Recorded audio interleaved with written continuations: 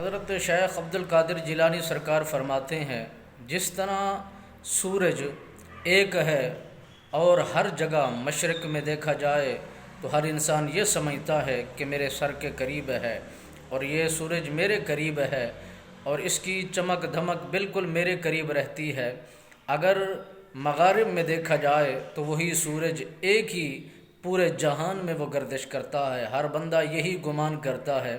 کہ میرے یہ قریب ہے اور میں اس کے قریب ہوں، تو سارے جہان میں وہ ایک سورج ہر کسی کے برابر دکھتا ہے، ہر کسی کے بالکل قریب رہتا ہے۔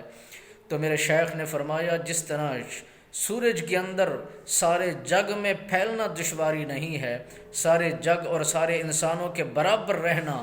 دشواری نہیں ہے، جو اللہ کے ولی ہوتے ہیں، جو اللہ کے مجاہد ہوتے ہیں، جو اللہ کے دوست ہوتے ہیں، جن کو رب نے اپنا دوست مقرر کیا ہے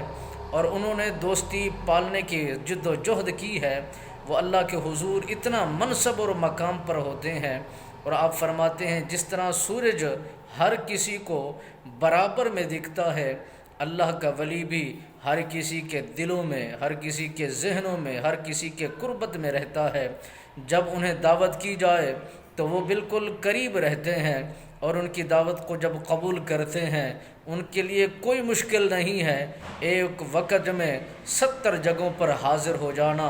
ایک وقت میں ساروں کا راضی کر لینا۔ یہی مزاج اللہ والوں کا ہے، یہی طبیعت اللہ والوں کی ہے۔ ان کا ظرف اعلیٰ ہوتا ہے، ان کی محبت کا پیغام افضل ہوتا ہے، اور لوگوں کے ساتھ جو ان کی محبتوں کا اصول ہوتا ہے وہ حقیقت میں ہوتا ہے۔ وہ شفقت کرنا بھی جانتے ہیں، شفقت بانٹنا بھی جانتے ہیں۔